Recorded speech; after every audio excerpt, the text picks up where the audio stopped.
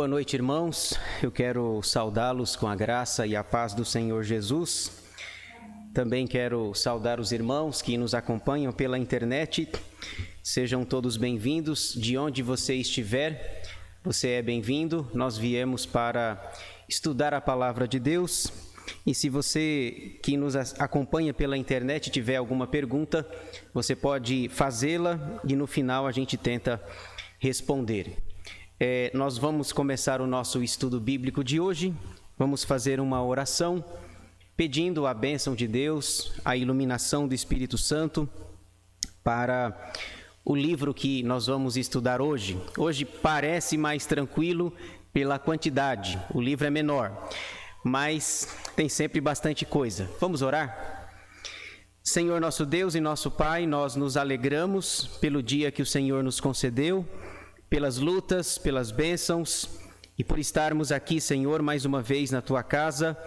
Viemos aqui para estudar a Tua palavra, para Te conhecer mais e melhor e crescer a cada dia na graça e no conhecimento de nosso Senhor e Salvador Jesus Cristo. Pedimos que o Senhor abençoe esse tempo que vamos passar juntos de aprendizado da Tua palavra. Dá-nos a graça, Senhor, para que Te conheçamos a cada dia mais e melhor. Ajuda-nos, ó Deus, e que nós possamos compreender o livro, ainda que de forma panorâmica que vamos estudar hoje. Dá-nos da Tua graça, dá-nos da Tua instrução, para que a cada dia nós estejamos conhecendo o Senhor, conhecendo a Tua palavra, para que sejamos melhores servos para a glória do Teu nome. Nós oramos agradecidos no nome de Jesus. Amém.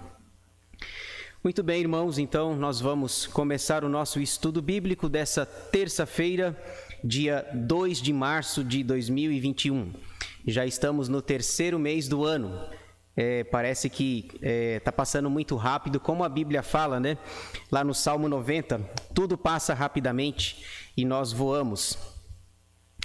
Nós estamos estudando o panorama bíblico do Antigo Testamento. Essa é a divisão geral do AT, ou do Antigo Testamento. Vocês já sabem, mas vale a pena a gente recordar. São 39 livros divididos em 5 partes.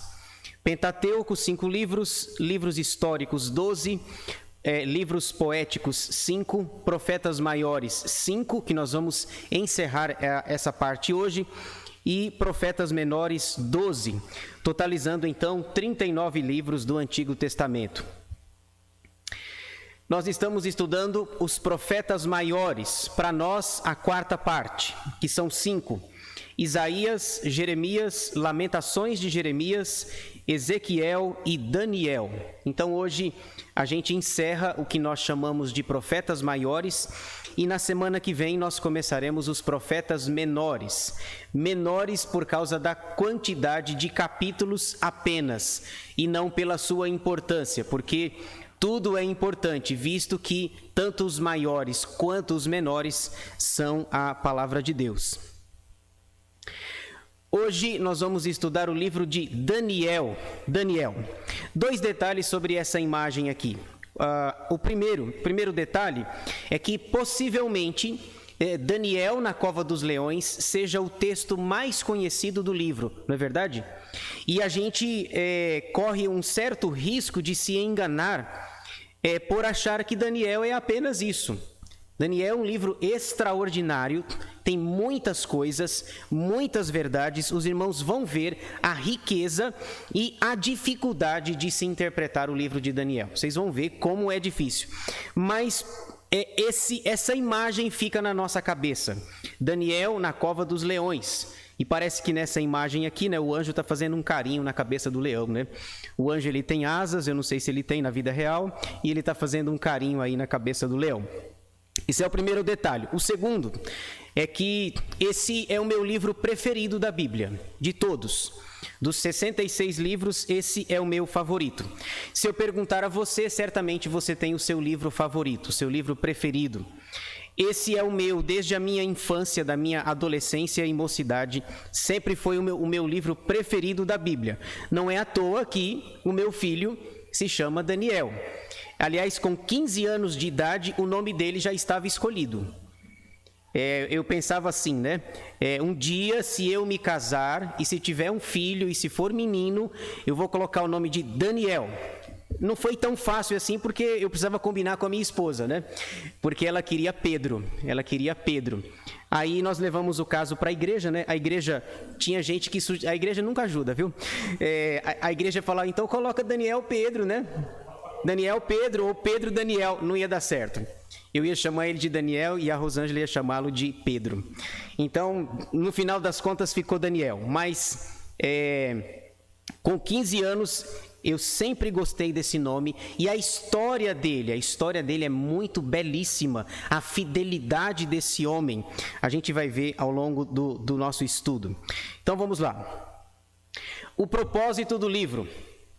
Este livro, que é chamado de O Apocalipse do Velho Testamento, foi escrito para encorajar os judeus exilados e tem como propósito máximo apresentar o controle soberano de Deus sobre os acontecimentos da história.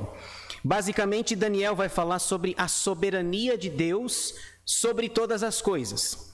Aliás, esse aqui é um detalhe interessante que até eu já me confundi com isso. Quando a gente estuda o livro de Daniel, a gente acha, e eu já pensei assim, hoje não mais, a gente acha que a ênfase está em Daniel. Que ele é um moço bom, que ele é um rapaz educado. A gente conhece, a gente vai ler daqui a pouco, né? Possivelmente, o versículo mais conhecido do livro, que é Daniel 1:8, resolveu Daniel firmemente não se contaminar, a gente vai ver daqui a pouco. Então parece que o livro é para exaltar a pessoa de Daniel. Não é. O livro é para exaltar a soberania de Deus. Deus é soberano sobre todas as coisas, e a gente vai perceber ao decorrer do livro. Após escrever o capítulo introdutório do livro em hebraico, isso aqui é um detalhe que muitos não sabem, né? Daniel muda para o aramaico e nos capítulos 2:4 a 7:28 fala sobre o futuro dos poderes do mundo gentílico. Então, olha só, o livro ele foi escrito em duas línguas. Ele está escrito em hebraico e também está escrito em aramaico. De 2:4 a 7:28, a narrativa está em aramaico. A partir do capítulo 7, versículo 29, ele volta a escrever em hebraico. Então tem essa peculiaridade. Isso acontece também, irmãos, com o livro de Ruth. Aliás, Ruth não, Esther, que nós já estudamos. Esther também foi escrito em aramaico. Parte do livro, porque Esther estava na Pérsia, onde a língua era o aramaico. Ok? Então, esses detalhes aqui sobre as línguas, o hebraico e o aramaico. Resumo do estudo. Vamos dividi-lo em 3 partes, como a gente sempre faz. Primeira, conteúdo do livro. Segunda, informações gerais. E terceira, esboço do livro, que é onde nós nos demoramos mais. Primeira parte, conteúdo do livro. Vamos falar um pouco aqui. Daniel serviu como profeta do Senhor na corte de alguns dos maiores reis dos tempos antigos. Exemplos: Nabucodonosor, Belsazar, Dario e Ciro. Veja que Daniel ele conviveu no palácio de pessoas e de reis importantes. E nós citamos aqui pelo menos 4 deles. Esses 4 reis são citados e extremamente conhecidos: Nabucodonosor, Belsazar, possivelmente o seu filho, Dario e Ciro. E, por exemplo, a gente vê muito o nome de Nabucodonosor no Antigo Testamento. Não sei, eu estava pesquisando e eu descobri que Nabucodonosor foi rei durante 43 anos. É muito tempo, não é verdade? 43 anos em que ele reinou, o megalomaníaco Nabucodonosor. É por isso que ele atravessa vários livros na Bíblia. Abacuque fala da ameaça de Nabucodonosor, a gente vai ver. Jeremias fala de Nabucodonosor. Ezequiel, Daniel, inclusive Daniel está na corte de Nabucodonosor. Então esse rei reinou 43 anos.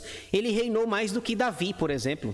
Saul, Davi e Salomão, reinaram cada um deles 40 anos. Então, Nabucodonosor teve um longo reinado. Seu livro testifica a respeito dos seus dons proféticos, mas nunca se refere a ele como ou o profeta. Na verdade, na literatura hebraica, ele não é chamado de profeta. É curioso isso, né? Daniel não é chamado de... É a gente que chama. A gente que chama de profeta Daniel, mas na literatura hebraica não, ele não é, porque ele tem uma característica diferente. Pode reparar que no livro dele não tem a expressão, por exemplo, veio a mim a palavra do Senhor dizendo, que é uma expressão tão característica dos outros profetas, como Jeremias, por exemplo, e Ezequiel.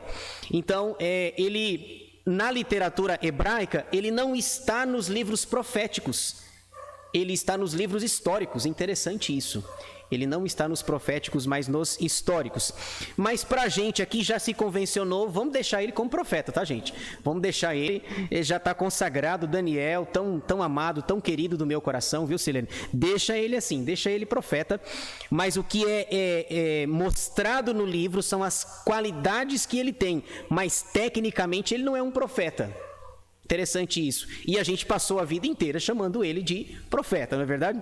Mas vamos deixar assim, né, Lúcia? Vamos deixar. Aliás, o da Lúcia tá guardado daqui a pouco, cheio de bicho hoje, viu, Lúcia? Hoje... Não, hoje eu estava preparando isso tudo e não foi inevitável, Lúcia, foi inevitável. A Lúcia, até às 9 horas, a Lúcia vai se deliciar, eu tenho certeza. Depende do que eu falar aqui, né? Eu serei prudente, Lúcia. Vamos em frente. Mas você vai ver o tanto de bichinho que tem aqui. Você vai ver. Vamos lá, eu vou mostrar para você. O termo profeta aparece apenas uma vez em todo o livro, quando se refere a um contemporâneo de Daniel, Jeremias. Veja, aparece a palavra profeta uma vez e não é falando dele. É falando de outro. Quer ver? Veja aí, por favor. Aliás, já abra sua Bíblia em Daniel, deixe-a aberta, ou seu celular. Você que nos assiste pela internet também, deixe a sua Bíblia aberta e nós vamos estudar esse livro tão extraordinário da Palavra de Deus. Daniel 9:2 diz assim: no primeiro ano do seu reinado, eu, Daniel, entendi pelos livros que o número de anos de que falara o Senhor ao profeta Jeremias, que haviam de durar as assolações de Jerusalém, era de 70 anos. Então veja, só aparece a palavra profeta uma vez no livro, e quando aparece não é falando dele, é falando de outro, no caso o profeta Jeremias. Daniel é singular porque contém material que os estudiosos modernos chamam de literatura apocalíptica.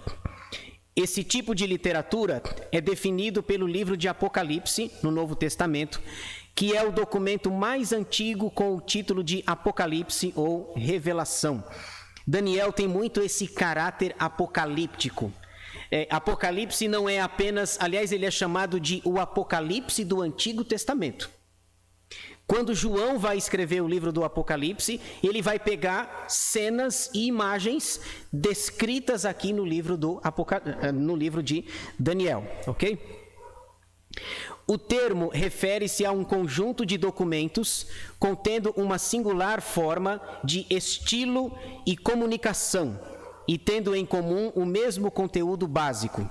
A literatura apocalíptica era amplamente divulgada no judaísmo nos tempos de Cristo e teve uma influência profunda no cristianismo primitivo, no cristianismo que estava nascendo nos dias de Jesus, após a sua ascensão aos céus. Então eu deixei essa palavra estilo destacada, porque a literatura apocalíptica ela precisa ser bem compreendida para a gente não fazer nenhuma confusão. A literatura apocalíptica ela mexe o andar de baixo com o andar de cima. O andar de baixo é o andar aqui da terra, e o andar de cima seria na linguagem de Francis Schaeffer, o andar de baixo é a terra, o andar de cima é o céu. Então ele mistura figuras e tipos com aquilo que nós conhecemos aqui da terra com as coisas lá do céu. A gente vê isso no Apocalipse, né? João estava escrevendo as coisas e ele teve uma tarefa dificílima, descrever coisas que ele viu no céu. E eu brinco, né? Difícil para ele, porque ele era um terráqueo, certo? Ele, como terráqueo, era difícil para ele. Então, você tem essa característica muito interessante. E a gente vai perceber que a parte apocalíptica de Daniel não é muito estudada. Não é muito estudada, mas é extremamente profunda e enriquecedora. O autor é Daniel, o próprio Daniel. Quando muito jovem, foi levado à Babilônia no 3º ano do rei Jeoaquim. Veja aí, por favor, capítulo 1, versículo 1. Nós temos aí uma descrição interessante. Daniel 1:1 diz assim: no 3º ano do reinado de Jeoaquim, rei de Judá, veio Nabucodonosor, rei da Babilônia, a Jerusalém e a sitiou. A gente vai ver daqui a pouco no esboço do livro o capítulo 1, mas a gente vai perceber que Daniel está aqui. Daniel está presente nessa leva quando Nabucodonosor levou a nobreza para a Babilônia. Deixa eu falar mais um pouco aqui. Daqui a pouco eu vou fazer uma pergunta para vocês. Isso aconteceu 8 anos antes de Ezequiel, que foi levado no tempo do rei Joaquim. Isso está em 2 Reis 24, de 12 a 15. Olha que interessante. Nós estudamos Ezequiel semana passada, certo? 48 capítulos de Ezequiel. Então, olha, aqui nós temos uma referência. O que o texto está dizendo é que Daniel foi antes. Daniel foi antes de Ezequiel para a Babilônia. Daniel e Ezequiel eram profetas do cativeiro, ministrando na Babilônia. Agora vem a pergunta, né? Eu falei para vocês que quando a gente fala de cativeiro tem 3. Quando a gente fala de retorno tem 3. E a minha pergunta é: qual é o cativeiro de Daniel? O primeiro, o segundo ou o terceiro? Primeiro? Estão certos disso? O seu José está lembrando de Ezequiel. Ezequiel foi qual? Segundo. Então, se Ezequiel, vamos seguir a lógica, se Ezequiel foi o segundo e o Daniel foi antes, então agora a gente já matou a charada, né? Certo? Então, o problema é que a gente lê a Bíblia não está em ordem cronológica. Aliás, eu recomendo para vocês, já recomendei aqui, existe a Bíblia em ordem cronológica. É excelente, excelente. Você vê, eu já li assim, é uma confusão na sua cabeça. Ela foi escrita à medida em que os fatos foram acontecendo. Então, na Bíblia cronológica, você consegue perceber. Então, dos 3 cativeiros, Daniel foi no primeiro. No 3º ano do reinado de Jeoaquim. Isso corresponde ao ano 605 a.C., o primeiro cativeiro. O segundo cativeiro é o de Ezequiel. E o terceiro cativeiro é o de Jeremias. Então, são 3 cativeiros e 3 retornos. Se você fizer a conta dos 3 cativeiros e dos 3 retornos, sempre vai dar 70 anos, que são os 70 anos anunciados por Jeremias, lá em Jeremias capítulo 25 e no capítulo 29 também. Então, o grande segredo é saber qual cativeiro. O primeiro, o segundo ou o terceiro? Qual retorno nós estamos falando? O primeiro, o segundo ou o terceiro, ok? Então, olha que interessante. Nós já estudamos Neemias, certo? No caso de Neemias, Neemias já voltou, os muros foram reconstruídos, levaram 52 dias para reconstruir os muros. Alguém falou que se uma raposa encostasse no muro ia cair, lembra disso? Está lá em Neemias? Então, se uma raposa caísse, o muro encostasse, o muro caía. Agora veja, Neemias está a todo vapor construindo o muro. Agora nós chegamos em Daniel. Olha a confusão, eles nem foram ainda. É sério, chegamos agora em Daniel, e o Daniel está se preparando para ir da primeira vez. Então, por exemplo, cronológica de Daniel para Neemias, pode pôr aí, deixa eu ver, 150 anos de diferença. E a gente lê a Bíblia e não consegue perceber esses detalhes, né? Neemias já deixou o muro pronto, e aqui nós estamos nós estamos pensando na primeira vez ainda, certo? Por quê? Porque o propósito da Bíblia é descrevê-la tematicamente. e não cronologicamente, ok? Então vamos lá. Então pense aí, primeiro cativeiro, Daniel vai. A data, olha só. Olha o período de tempo aqui. A gente lê Daniel, são 12 capítulos, mas olha o período de tempo que interessante. A data. O livro foi escrito de 605 a 536 a.C. Eu fiz uma conta, isso dá 69 anos. Do capítulo 1 até o capítulo 12, nós temos um período de 69 anos. Notem lá o primeiro número. O primeiro número é 605. 605 corresponde ou coincide exatamente com o capítulo 1, versículo 1. No terceiro ano do reinado de Jeoaquim. Nós estamos no ano 605 a.C. Primeira leva para o cativeiro de Nabucodonosor. Outro detalhe sobre Daniel, você vai perceber, é que o livro, para nossa agonia, o livro também não é cronológico.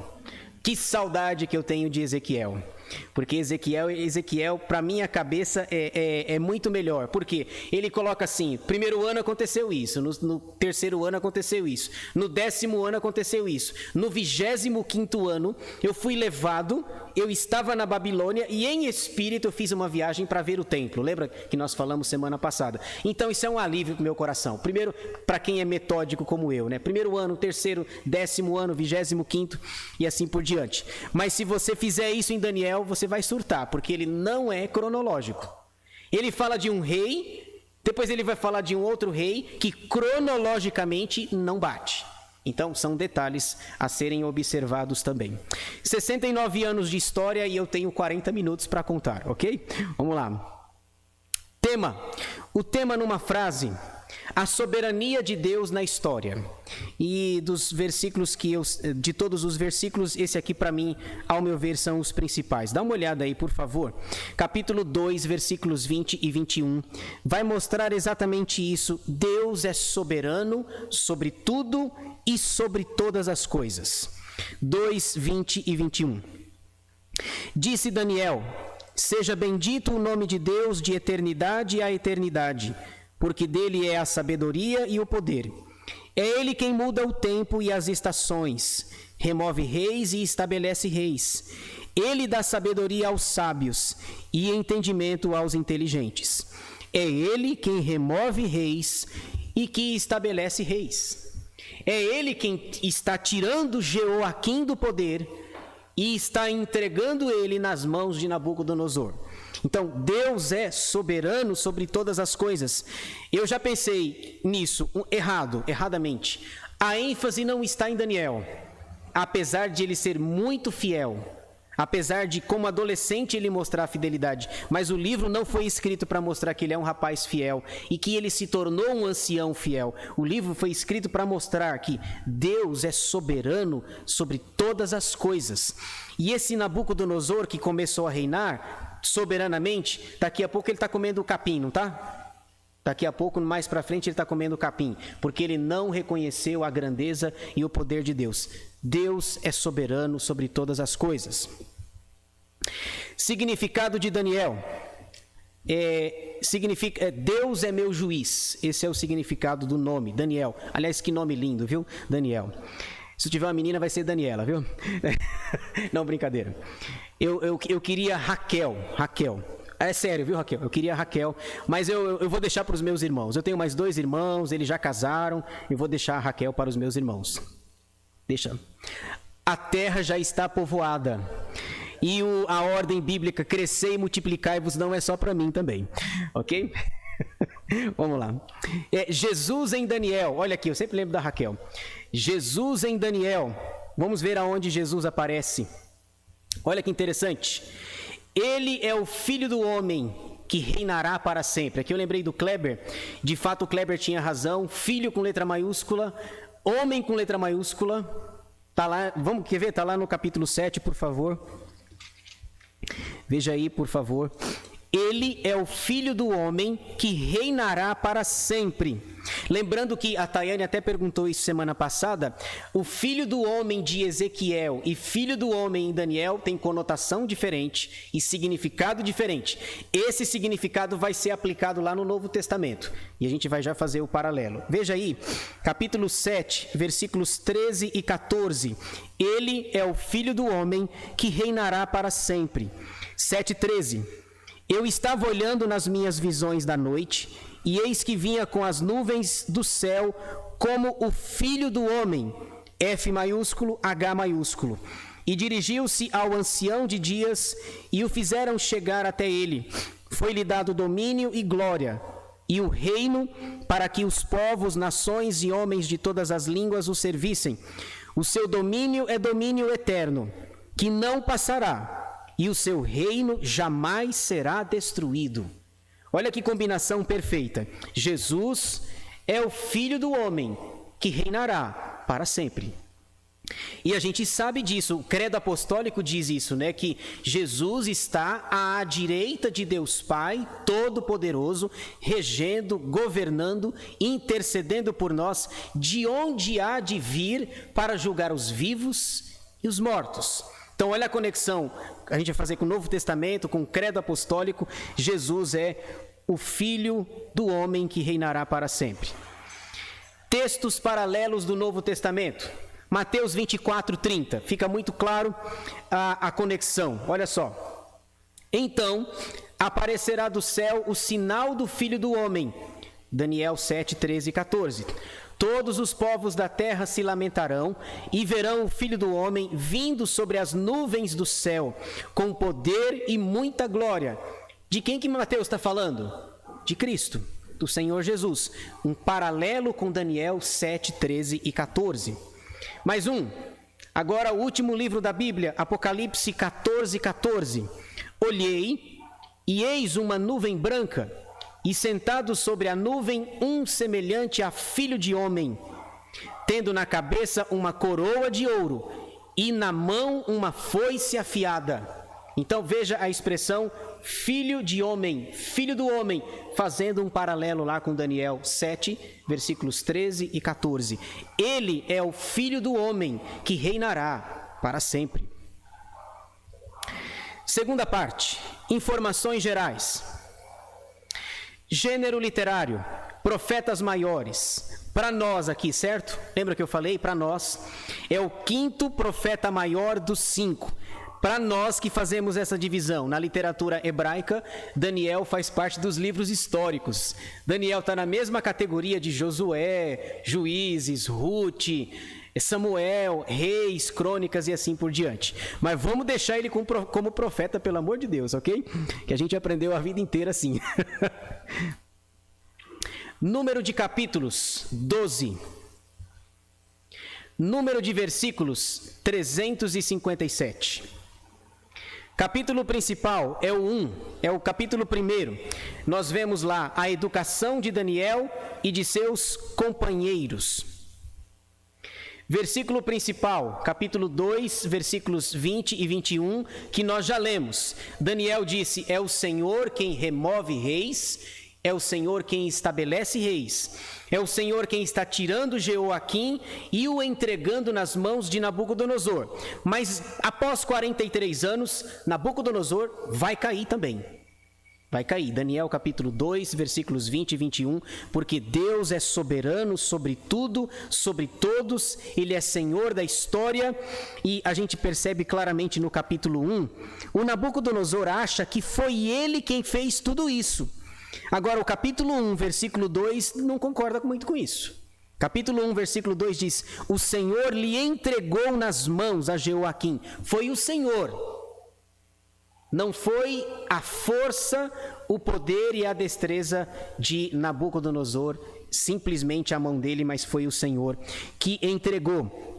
Deus entregou todas as coisas nas mãos dele. Lembra que ele levou os utensílios, ele levou as taças, e depois o filho dele vai pegar essas taças e vai beber? E vai dar maior problema? A gente vai ver daqui a pouco essa questão aqui. É Deus quem entrega, ele é soberano sobre tudo e sobre todos. Maior capítulo, 2, são 49 versículos. menor capítulo, 12, com 13 versículos. Então essas são as informações mais gerais, mais estatísticas, e agora nós temos meia hora aí para nós entrarmos na última parte. Terceira e última parte, o esboço do livro. Nós vamos caminhar aí nesses 12 capítulos. Ele está dividido em duas partes. Primeira, a parte histórica, capítulos 1 a 6. E segunda, a parte profética, capítulos 7 a 12. Aqui a divisão é muito clara no livro, são 12 capítulos, né? 6 capítulos para cada lado. Diferente dos 10 mandamentos, né? Que são 10 mandamentos, até o 10º a gente aprende. São 10 mandamentos e aí a gente pensa assim, põe 5 aqui, né? Põe 5 ali, tudo resolvido. Não, a conta é 4 e 6. Mas aqui não, são 12 capítulos, 6 para cada lado, 6 para a parte histórica, 6 para a parte profética, ou poderíamos chamar também de visionária ou ainda escatológica, certo? Essa parte aqui. Agora, eu tenho uma impressão, não sei se você também, mas a minha impressão é que parece que a gente só lê até o capítulo 6. Parece que Daniel acaba no capítulo 6. Por quê? Por algumas razões, talvez duas. Primeira, que é mais fácil. É mais fácil. O capítulo 6 é Daniel na cova dos leões. Só que aí tem o capítulo 7, gente, a gente precisa continuar. E no capítulo 7 é que vem os bichinhos de estimação da Lúcia.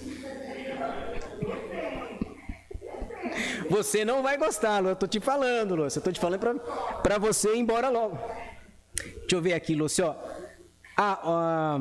A Vera Rocha, agora aprendi, viu? A Vera Rocha está aqui, viu? A Vera é testemunha. Ela está ligada aqui. Obrigado, viu, Vera? Daqui a pouco eu saúdo vocês que estão nos acompanhando aqui.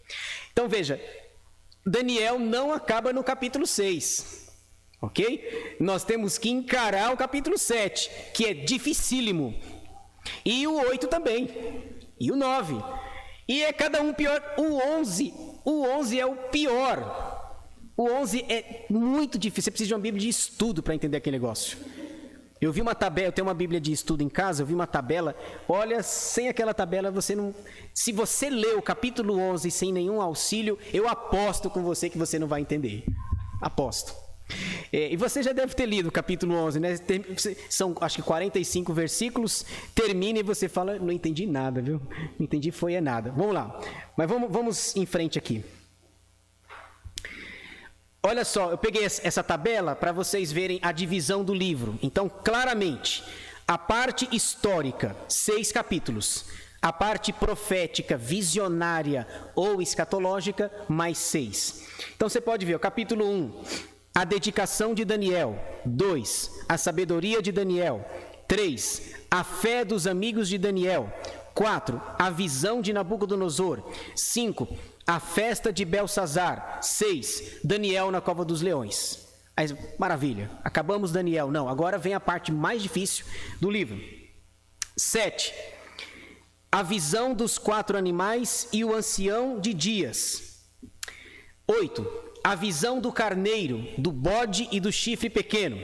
9, a profecia das 70 semanas. Irmãos, interpretar as 70 semanas é uma das coisas mais difíceis que tem. Existem brigas e discussões quilométricas sobre as 70 semanas de Daniel. E eu não vou conseguir explicar, não tenho certeza que eu não vou conseguir falar de tudo, principalmente da segunda parte. Capítulo 10. A visão pessoal de Daniel. 11. A visão das nações. 12. A visão de Israel. Então você vê 6 para cá, 6 para lá, total 12. Vejamos as duas partes de Daniel, Deus é meu juiz. Primeira parte, a parte histórica, capítulos 1 a 6. Aqui eu vou dar uma acelerada porque é mais conhecido para a gente se concentrar na segunda parte lá. Destacamos 6 histórias na primeira parte, 6 histórias. São 6 capítulos, 6 histórias. Primeira, Deus favorece Daniel e seus amigos pela sua fidelidade. Capítulo 1. Deixa eu ler só um versículo aqui. Daniel 1:8. Possivelmente o versículo mais conhecido do livro. Não é o mais importante, mas é o mais conhecido. Daniel 1:8. A fidelidade de Daniel. Olha só. Resolveu Daniel firmemente não contaminar-se com as finas iguarias do rei, nem com o vinho que ele bebia. Então pediu ao chefe dos eunucos que lhe permitisse não contaminar-se. Então esse daqui é o versículo mais conhecido possivelmente do livro, mas não o principal. O principal seria o 2, versículos 20 e 21. Segunda história.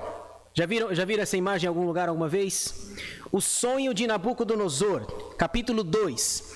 É um capítulo comprido, são 49 versículos, é o maior de todos eles. E esse capítulo traz muitas coisas. Aliás, Deus é tão sábio que numa imagem ele consegue descrever muita coisa. É mais ou menos assim como a gente brinca, né? Você entendeu ou quer que eu desenhe? É como se Deus estivesse desenhando aqui. Aqui, só para vocês terem uma ideia, acreditem, nessa imagem, é que obviamente eu não vou conseguir, aqui tem 500 anos de história. Acreditam nisso? Nessa imagem tem, como é que eu explico isso, gente? Não tem condição.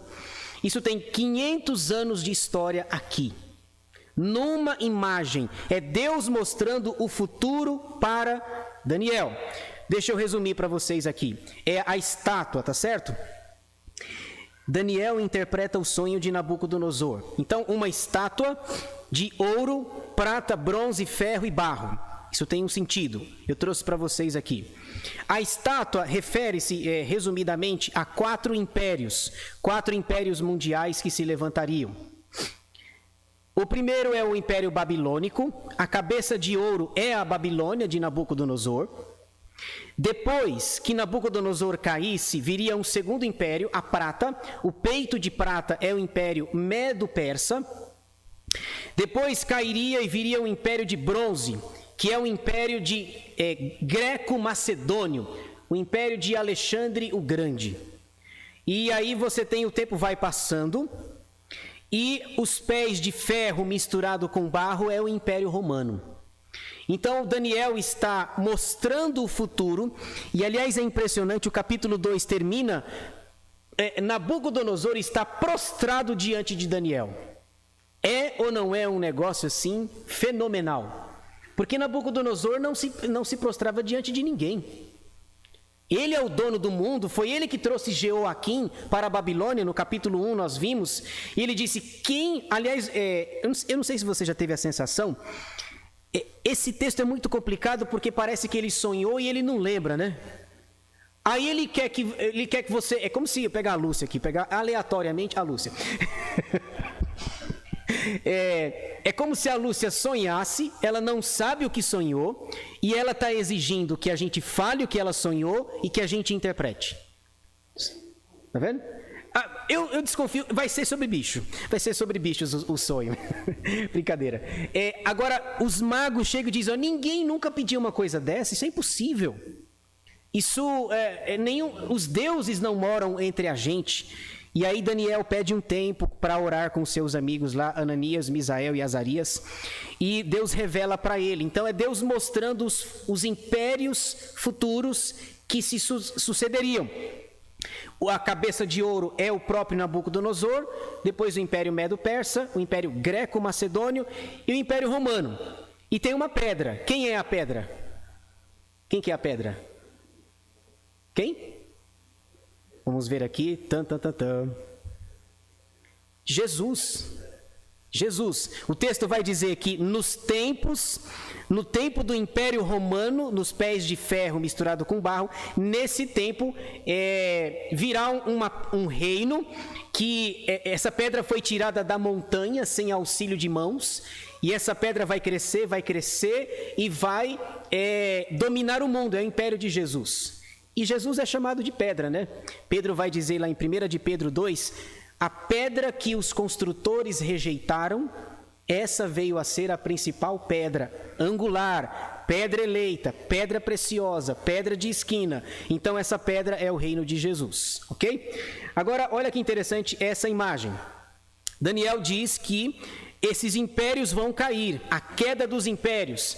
Olha só, a cabeça de ouro, o peito de prata, o quadril aqui de bronze e os pés de ferro e barro.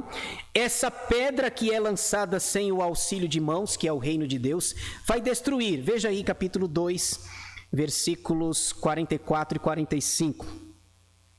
Veja só.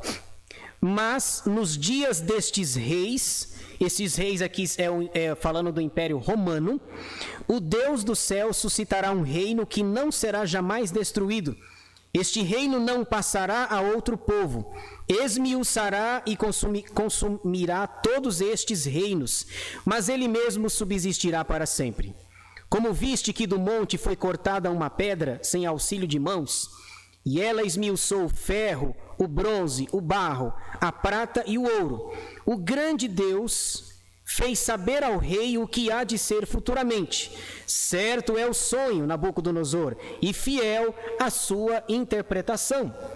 E no final do capítulo 2, o dono do mundo está prostrado diante de Daniel, por causa das visões e revelações.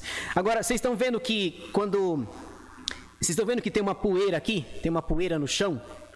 Essa é a ideia, irmãos, de que os reinos se levantam e caem. Os reinos se levantam e caem. Eles são passageiros. Eu pergunto para você, onde é que está a Babilônia? Onde é que está o Império Medo-Persa? Onde é que está o Império Greco-Macedônio de Alexandre o Grande? E onde está o Império Romano?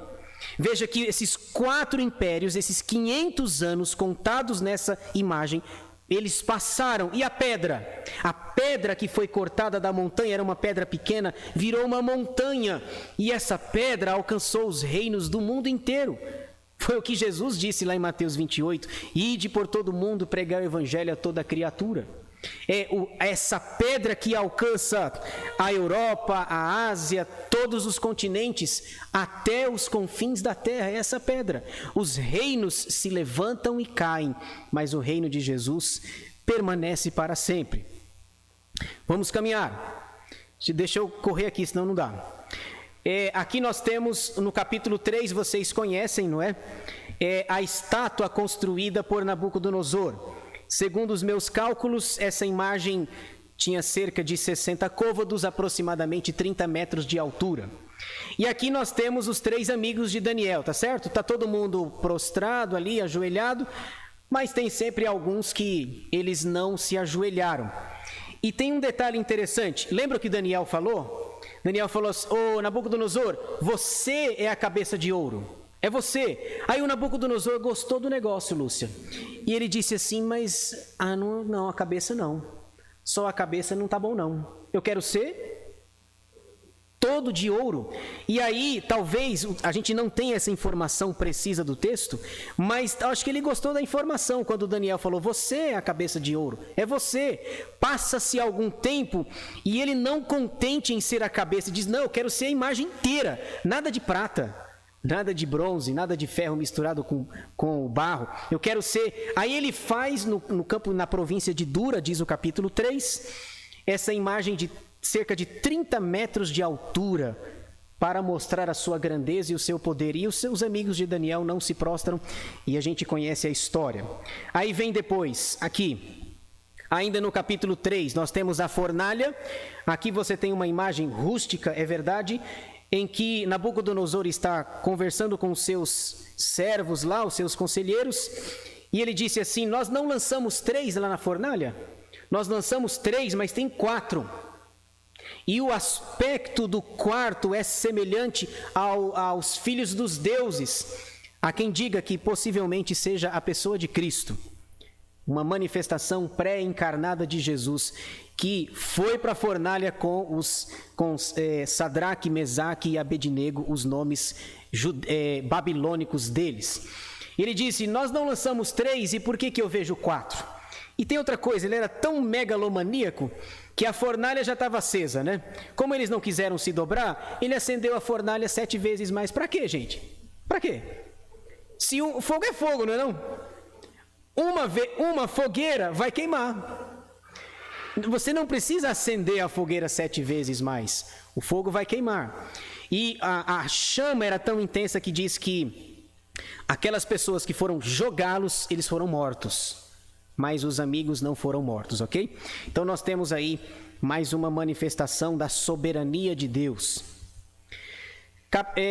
Capítulo 4 agora. O segundo sonho de Nabucodonosor e a sua loucura. Para resumir aqui para os irmãos, nós temos aqui, o capítulo 4 fala sobre uma árvore. Está chegando os bichos, Lúcio, está chegando.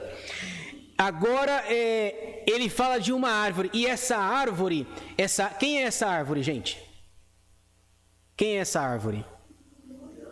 Nabucodonosor.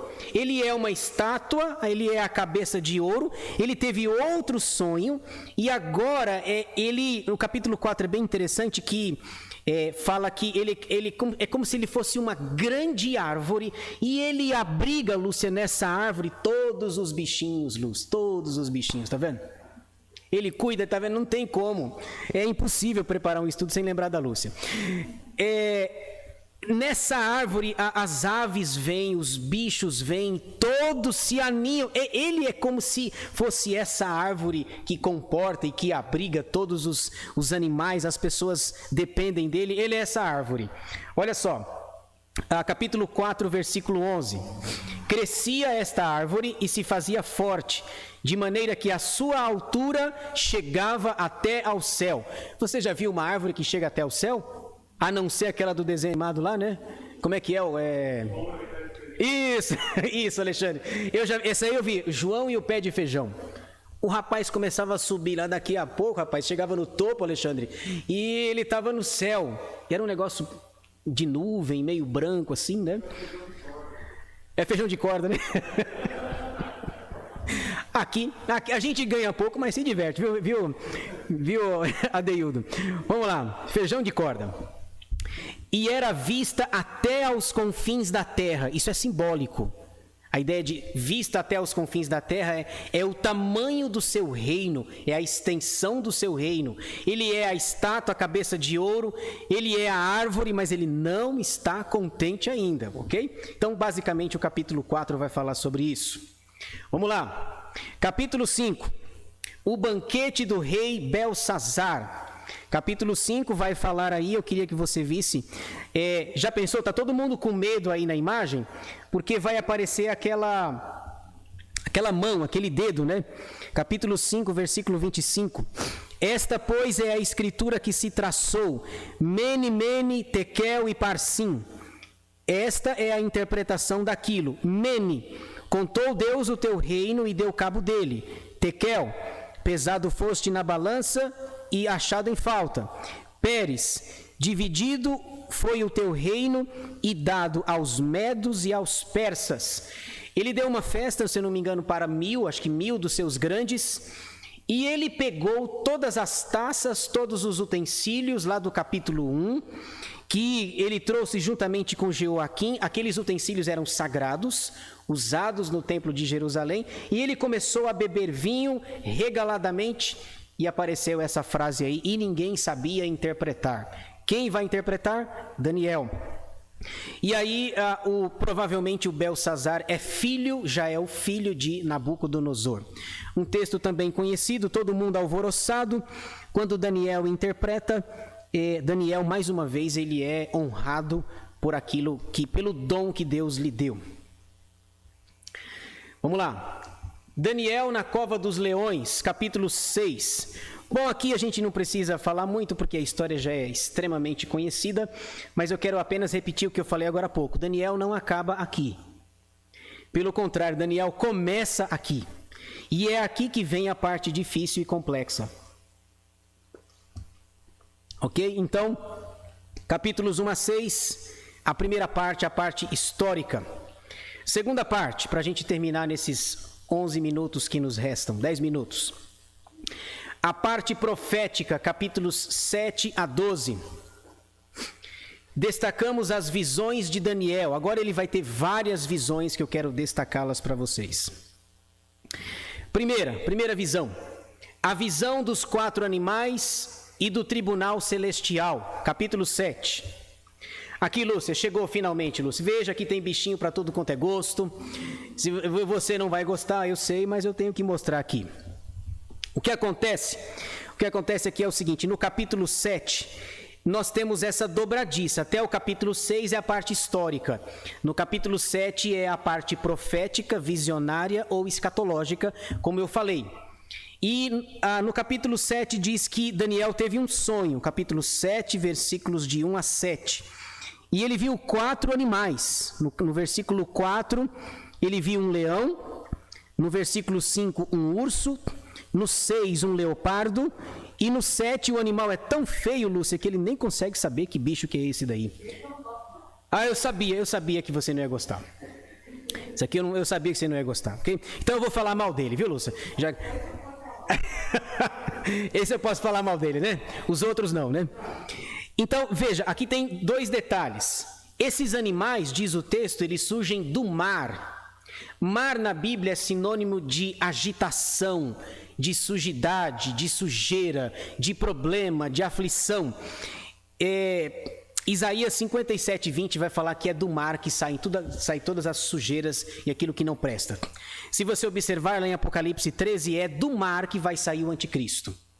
O anticristo surge do mar. Então, o mar, ele tem essa conotação agitada. E é do mar, você pode ver, que emerge 4 animais.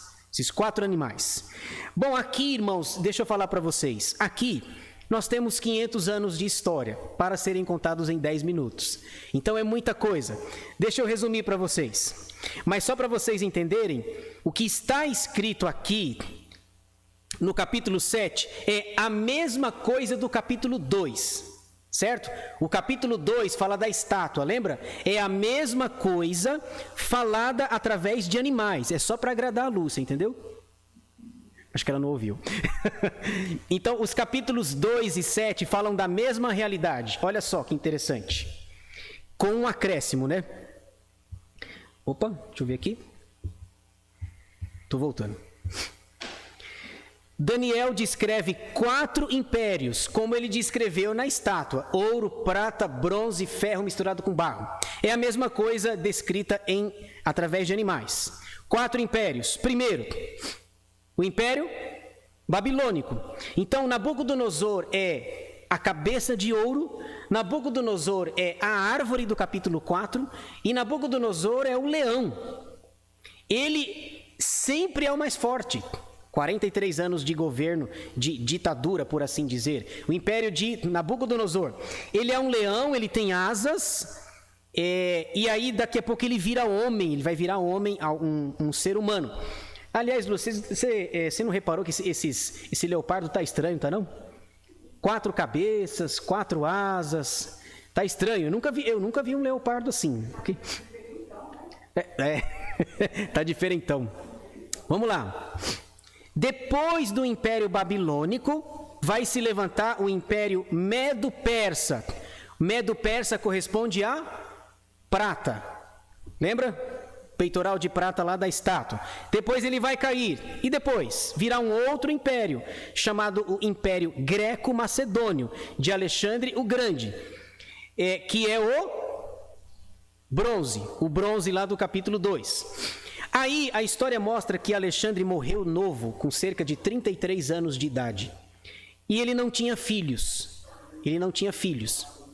E aí o reino foi dividido, irmãos, para os seus 4 principais generais. Ele não tinha filhos, não tinha herdeiros. Os 4 generais mais importantes assumem o trono dele. É por isso que o leopardo tem 4 cabeças, referindo-se a cada um dos generais, e 4 asas, para mostrar que eles são ágeis e que eles são velozes. Ok? E a história mostra o nome de cada um deles. E eu vou mostrar o nome para vocês aqui. Vamos lá. Vamos ver se vocês conhecem algum aqui. Então, as 4 cabeças e as 4 asas são os 4 generais principais de Alexandre, porque ele morreu. Primeiro, o nome do primeiro é Cassandro. Segundo, Ptolomeu. Já ouviram esse nome? Ptolomeu em algum lugar? Ptolomeu. Lisímaco, o terceiro, e o quarto, Seleuco. Aí nós temos, irmãos, eu estou correndo por causa do tempo aqui, mas veja, nós temos mais um, que é o bicho que eu vou falar mal, que a Lúcia não gostou. Então, se a Lúcia não gostou, estou autorizado. Olha aqui, olha o bicho, Lúcia. O bicho é o Império Romano. É o império lá das pernas de ferro misturado com barro. É o império, nessa época, é na mesma época que vai surgir a pedra. A pedra é uma referência ao reino de Jesus Cristo. A pedra que os construtores rejeitaram, essa veio a ser a principal pedra angular, pedra perfeita, pedra de esquina, pedra preciosa e assim por diante. Aliás, quando eu leio Pedro, eu não sabia que tinha tanta coisa numa pedra, viu? Vocês já viram? Eu não sabia que para mim é só uma pedra, né? Mas ele qualifica essa pedra de uma maneira extraordinária. Então, o bicho aí, a ideia de chifres, esse animal nem existe, ó, ele tem 10 chifres. Chifre na Bíblia é sinônimo de poder. Então, eles surgem do mar, eles são diferentes. O Nabucodonosor é forte como leão. O Império Medo-Persa vai destruir, ele tem 3 coisas na boca, né? A ideia é que ele vai comer muita carne. Qual carne? A carne do Império Babilônico. Ok? Depois o urso será derrotado pelos leopardos. Depois esse bicho estranho derrota os leopardos, os 4 generais: Cassandro, Ptolomeu, Lisímaco e Seleuco. Vamos lá. Capítulo 8, Daniel 8. A visão do carneiro e do bode. Vocês lembram desse texto? Aqui, deixa eu resumir para vocês. Mais bichos, viu? À vontade aqui, viu, Lúcia? Aqui dá para falar mal desse aqui, Lúcia? Não, né? Melhor não, né? Deixa dos bichinhos, né? Ó, você tem o carneiro e um bode. O carneiro, o da direita, ele tem 2 chifres. O carneiro é uma referência ao Império Medo-Persa, que diz que ele tem 2 chifres, um chifre é maior do que o outro. Isso significa que entre os medos e os persas, um reino é mais poderoso do que o outro. Eles estão juntos, o da direita, né, o carneiro, mas o texto diz, não sei se você lembra, mas o texto diz no capítulo 8 que o bode, ele vem,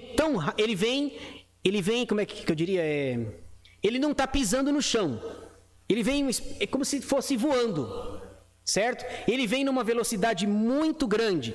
A ideia esse bode, o bode é o império greco-macedônio. O império greco-macedônio vai reunir suas forças e vai destruir o bode, o carneiro, ok? Então, nós vimos os 4 impérios, agora há pouco, dos bichos. Aqui no capítulo 8, ele resume, não sei se está claro o que eu estou dizendo. No capítulo 8, ele pega 2 reinos, ok, irmãos? Então, pegando da esquerda para a direita, o bode seria qual? O terceiro, ok? O bode seria o terceiro reino, e o carneiro seria o segundo. Então, o capítulo 8, ele limita para dizer que esse bode que vem voando sem pisar no chão, ele destrói o carneiro e lança os 2 chifres no chão. Lançar os 2 chifres no chão significa destruir o império que se juntou, o império Medo-Persa, a Média e a Pérsia, ok? Então esse bode ele vem voando e ele dá chifradas, e o capítulo vai dizer que esse bode ele tem um chifre, né? Que é chamado de chifre pequeno. Esse chifre pequeno, historicamente, é um homem chamado Antíoco IV Epifânio, que deu muita dor de cabeça para os judeus. É uma representação, esse chifre aqui. E foi Antíoco Epifânio que profanou o templo, sacrificando porcos no altar. Lembra que o judeu não podia nem criar... Imagina oferecer um porco. Oferecer um porco no altar. Então ele soube que não podia e ele profana o templo, gerando o que a gente vai conhecer na história de a revolta dos Macabeus. A revolta dos Macabeus, ok? Só para vocês terem uma ideia, talvez esteja confuso, mas eu queria que você pensasse o seguinte. Olha só, Daniel começa no ano 605, lembra mais ou menos? Pega 605 e tenta zerar até Cristo, ok? 605 até zerar Cristo. Esses episódios que eu estou contando acontecem nesse período. Isso está na Bíblia e está mais detalhadamente contado nos livros de história, ok? Do ano 605 até Jesus nascer. Quando Jesus nasce, irmãos, já está no poder aquele bicho feio, horroroso lá, viu, Lúcia? Com 10 chifres que a gente nem sabe descrever. Então, o capítulo 8 é uma luta. Ele está dizendo que o segundo império será destruído pelo terceiro. Basicamente é isso. Mas é difícil você enxergar isso lendo, né? Muito difícil. Por isso que eu falei para vocês, Daniel não para no capítulo 6. A partir do capítulo 7 é um grande desafio entender o livro. Vamos lá. Vamos seguir aqui. A oração de Daniel e a visão das 70 semanas. Capítulo 9. Aqui é a oração de confissão de Daniel. Travou, Tayane? Tayane? Tayane, você está aí, Tayane? Foi arrebatada? Oi? Travou não? Para mim aqui travou, mas não sei como é que tá para você aí. Ok, eu vou seguir aqui. Ok, deixa eu só ver aqui. Voltou. Acho que voltou. A oração de Daniel pelo povo, capítulo 9, versículos de 1 a 19. Se deu algum problema aí, Tayane, você tenta arrumar, por favor. A profecia das 70 semanas, capítulo 9, versículos 20 a 27. A visão do anjo e da história futura do povo de Deus, capítulos 10 a 12. Deixa eu só ver aqui, irmãos, parece que caiu a nossa conexão. Ou não sei. Caiu, Tayane?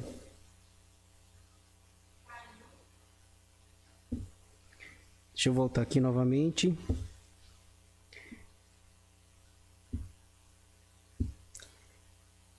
Só para a gente concluir aqui.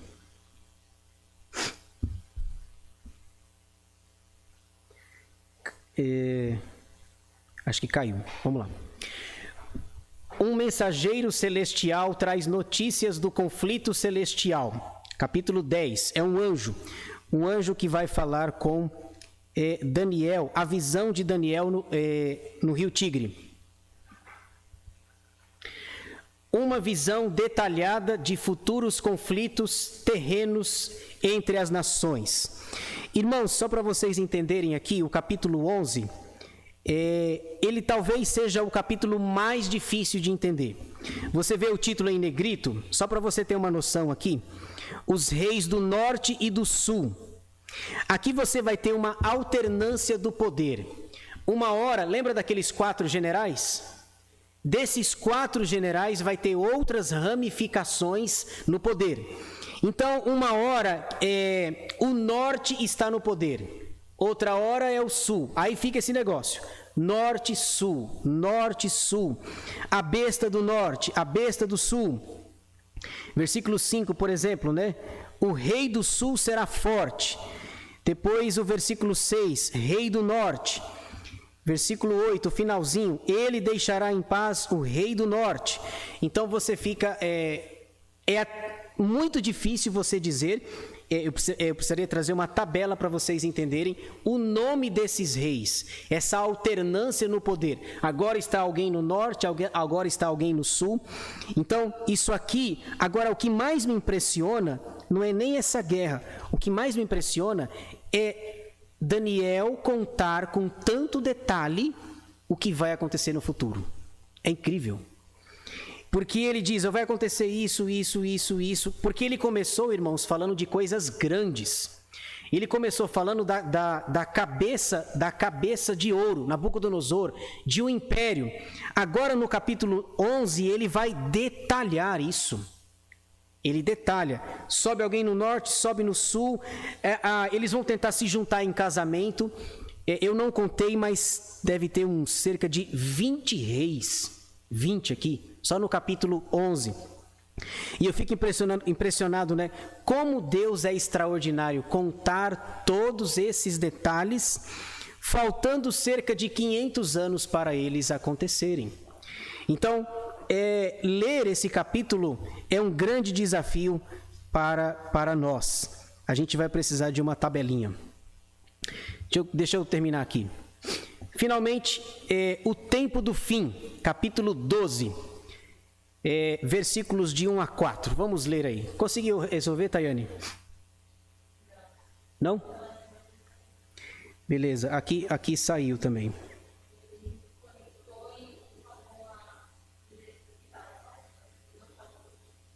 Não está voltando.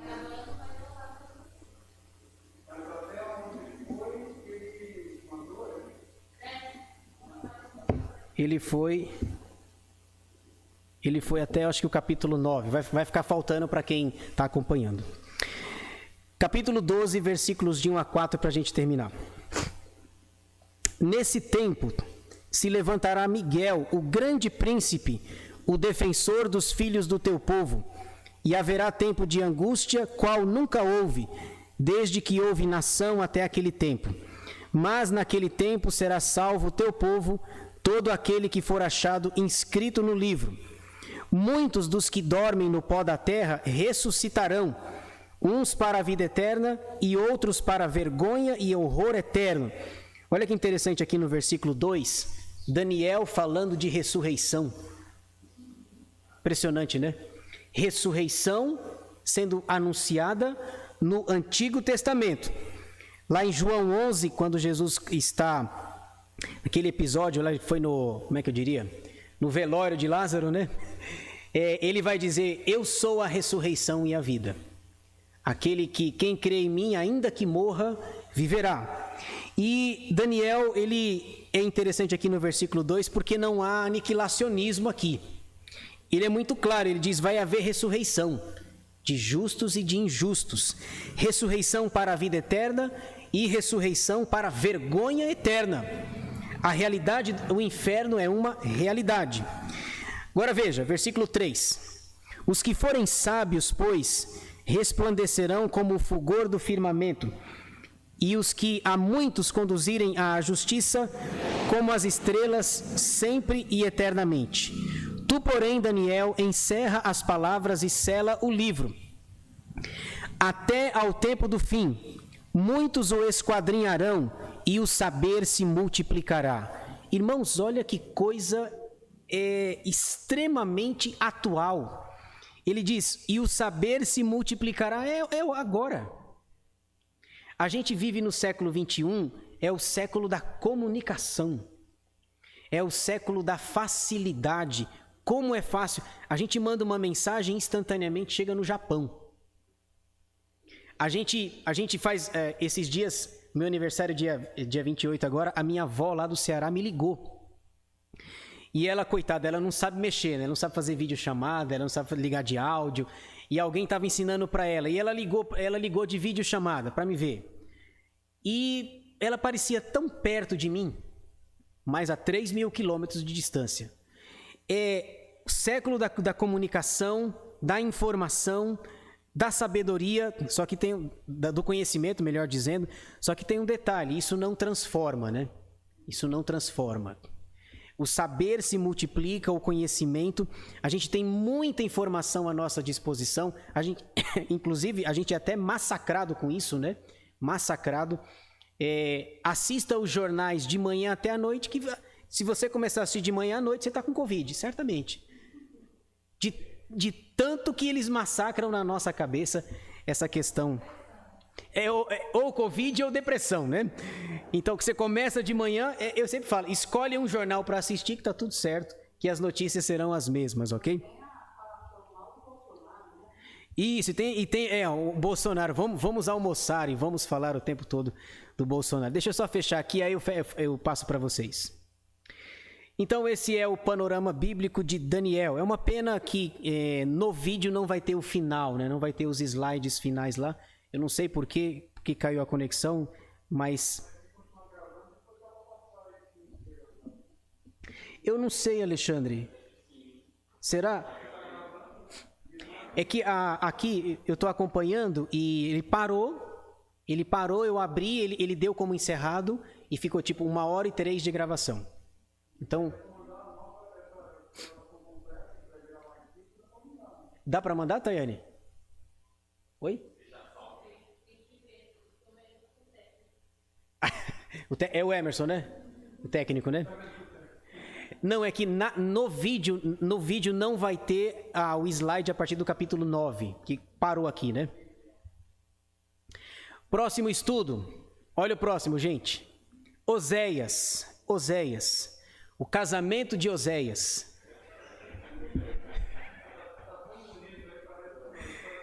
Tá bonito, né? Esse é Oséias e essa é a mulher dele. E aí eu quero deixar essa pergunta para a semana que vem. O casamento de Oséias é literal ou é simbólico? Alguém falou lá de baixo, lá, você viu? Foi o seu José, não foi? O casamento é literal ou é simbólico? Semana que vem a gente fala. Perguntas. Vocês têm alguma pergunta, gente? Agora, como não está gravando, a gente pode falar as nossas besteiras aí, viu? Corta aí, viu, Taíra?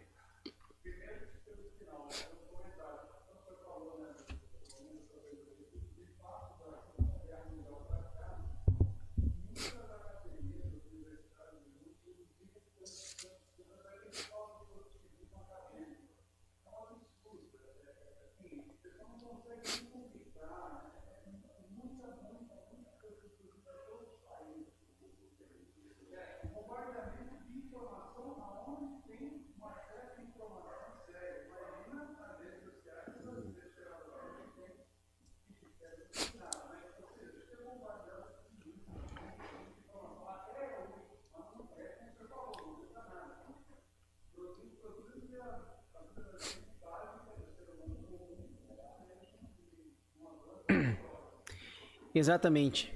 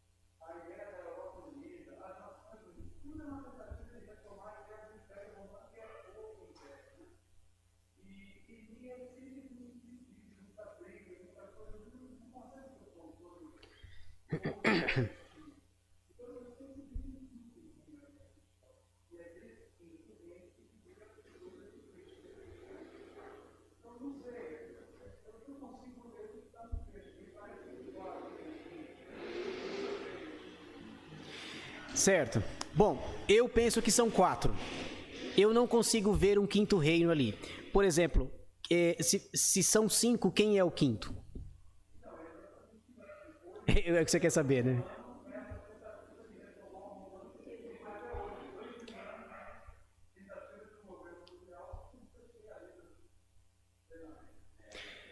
Eu entendo que não faz sentido ao texto dizer que são 5. Eu penso que são 4, e essa mistura do ferro e do barro é a degradação, é a degradação do próprio Império Romano. Porque, por exemplo, quem foi que destruiu o Império Romano? Eles mesmos. Então você tem a Babilônia, que é a cabeça de ouro, o Império Medo-Persa, que é a prata, o Império Greco-Macedônio de Alexandre. Aliás, diz a história que Alexandre morreu meio triste e depressivo aos 33 anos de idade, chorando na casa dele porque ele não tinha mais mundo para conquistar, Lúcia. Que tristeza, né? Se eu tivesse lá, eu falaria, vai procurar ET aí, meu. Vai ver se você acha ET, alguma coisa aí. Vai para Marte, vê se tem, vai para a Lua, sei lá, entendeu? Então, assim, aí você tem o terceiro, que é ele, depois o quarto, que é o Império Romano. Depois, o que você citou lá do chifre, o chifre pequeno, a gente precisa entender o seguinte: Daniel está falando da visão macro e da visão micro. A visão macro é o dos 4. O texto lá, Alexandre, aparece 4 bichos. Então, são 4 bichos. Conclusão: 4 reinos. O quinto, parece que tem um quinto, mas assim, isso é muita inferência. Eu entendo que a mistura do ferro com o barro é a degradação do próprio Império Romano, que ele tenta casar, mas não há mistura, não há liga, o texto fala. Então, o Império Romano o Império Romano, ele durou tanto tempo, ele caiu no ano 476 depois de Cristo. Jesus vem no ano 0, por assim dizer, né? Morre no ano 30 depois dele mesmo. O Império Romano é fortíssimo, é aquele bicho, é aquele animal, e ele caiu no ano 476 por culpa deles mesmos. Eles estavam se deteriorizando, muita coisa errada, muito lixo, até que os bárbaros vêm e detonam e derrotam o Império Romano. Então, qual é a minha perspectiva? Eu entendo que até Jesus voltar, vão existir 7 reinos mundiais. 7. Na minha cabeça já veio 6, só falta 1. Qual foi o primeiro império mundial? Eu vou fazer a conta para vocês. Do início. Fazer a contagem do início. O Império Romano, para mim, é o 6º império. O 6º. Deixa eu ver se eu vou fazer a conta certa aqui. Egito, lembra do Egito? Êxodo, as pragas lá. Primeiro Império Mundial, Egito. Depois a Assíria com A. Tem Assíria e Síria com S. Assíria. Depois, quem derrota a Assíria? Babilônia. Quem derrota a Babilônia? Os medos e os persas. Quem derrota os medos e os persas? O Império Greco-Macedônio. Quem derrota o Império de Alexandre? Romano, 6º. Apocalipse 17 diz assim, versículo 8 e 9 diz: Caíram 5 impérios, já caíram 5, um existe e o outro ainda não chegou. Profeticamente, escatologicamente, eu entendo que o que João está dizendo já caíram 5 impérios: o Egito, a Assíria, a Babilônia, o Império Egito, Assíria, Babilônia, Medo-Persa, Greco-Macedônio.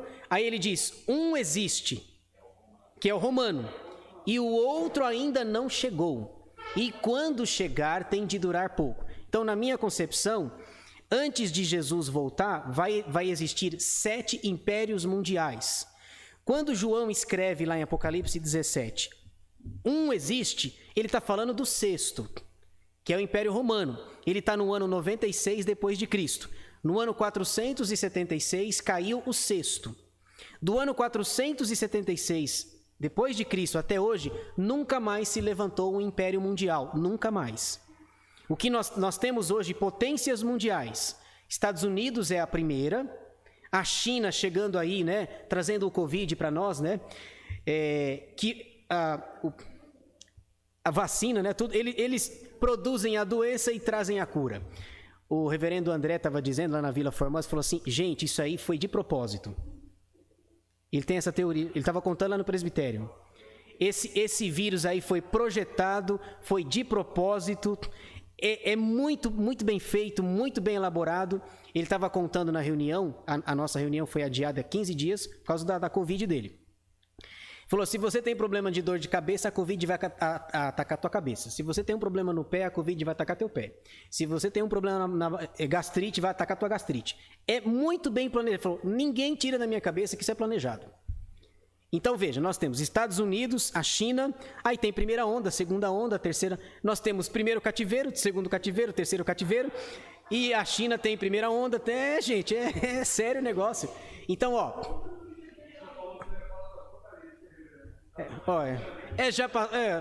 é que eu tô frustrado aqui que caiu o negócio.